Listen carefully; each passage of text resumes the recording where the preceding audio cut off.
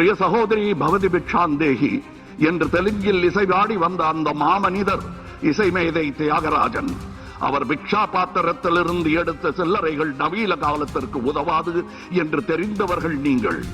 நீங்கள் வெள்ளைக்கார கல்வி கற்றது கண்டிப்பாய் கற்பூர புத்திதான். அது காற்றோடு போய் பல ஆண்டுகளாகிவிட்டன.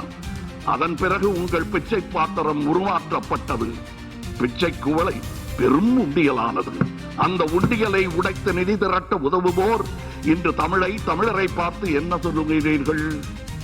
தமிழ் பிச்சை எடுக்க கூட உதவாதா? ஓரளவு உண்மைதான். ஒரு தெற்கத்தி அறிவுரை தங்காய். தமக்கென உங்கள் நிதியை திரட்ட ஆங்கிலத்தில் இந்தியில் பிச்சை எடுக்கலாமே. தமிழ் பிச்சை எடுக்க உதவாது, திருடவும் உதவாது.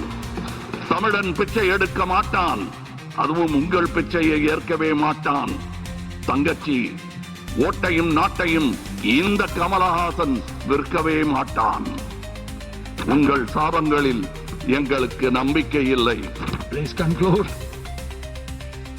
உங்களுக்கு இருக்கக்கூடும் என்ற நம்பிக்கையில் நீங்கள் உணர என் திட்டத்தை சாபமாய் போடுகிறேன். கருணையுடன் நீங்களே ஏற்பீர். உங்கள் இஷ்ட தெய்வங்களை வேண்டிக் கொள்ளுங்கள். பகுத்தறிந்த தமிழ்ச்சித்தன் கூற்று இது.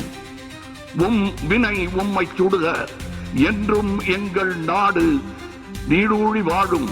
வினை உம்மை சுடுக, ஓட்டப்பம்பும் வீட்டை சுடுக. வந்தீர் வென்றீர் செல்வீர். இது உலக நியதி, அரசியல் நியதியும் கூட. வீழ்க வளமுடன், தமிழ் என்றும் வாழும் நலமுடன்.